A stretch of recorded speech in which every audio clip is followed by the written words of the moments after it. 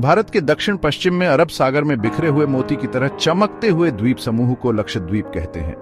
लक्षद्वीप शब्द संस्कृत भाषा से लिया गया है, जिसका अर्थ है 1,00,000 द्वीप।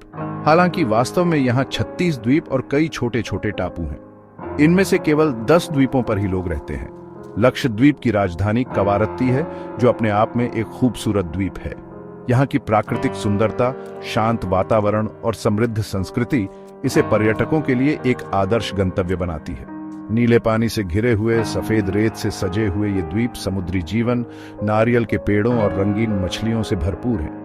लक्षद्वीप की संस्कृति केरल की संस्कृति से काफी मिलती जुलती है। यहाँ के लोग मुख्य रूप से मछली पकड़ने और नारियल की खेती पर निर्भर हैं। यहाँ की शांति और सुंदरता देखते ही बनती है। लक्षद्वीप का इतिहास काफी पुराना और रोचक है। माना जाता है कि ईसा की पहली शताब्दी में ही यहाँ बौद्ध धर्म का प्रचार प्रसार हो गया था।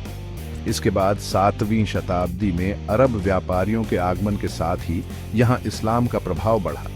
11वीं शताब्दी में चोल वंश ने लक्षद्वीप पर अपना शासन स्थापित किया। बाद में यह द्वीप समूह पुर्तगालियों, डचों और अंततः अंग्रेजों के अधीन रहा। 1956 में भारत की स्वतंत्रता के बाद लक्षद्वीप को केंद्र शासित प्रदेश का दर्जा दिया गया। लक्षद्वीप के इतिहास में विभिन्न संस्कृतियों का प्रभाव स्पष्ट रूप से दिखाई देता है।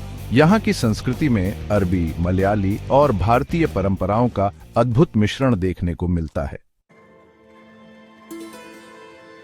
लक्षद्वीप की संस्कृति इसकी प्राकृतिक सुंदरता की तरह ही अनोखी और मनमोहक है। यहाँ के लोग बहुत ही सरल, मिलनसार और मेहमाननवाज होते हैं।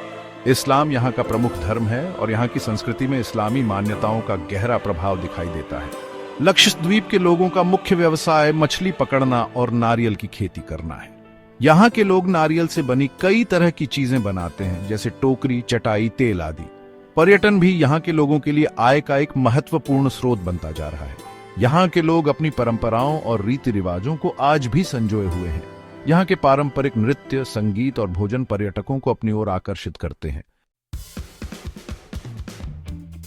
लक्षद्वीप एक छोटा सा द्वीप समूह होने के बावजूद अपनी समृद्ध संस्कृति और प्राकृतिक सुंदरता के कारण दुनिया भर में प्रसिद्ध है। पर्यटन यहाँ के विकास का एक महत्वपूर्ण आधार बन सकता है। हालांकि लक्षद्वीप को जलवायु परिवर्तन और समुद्र के बढ़ते जल स्तर जैसी गंभीर चुनौतियों का सामना भी करना पड़ रहा है।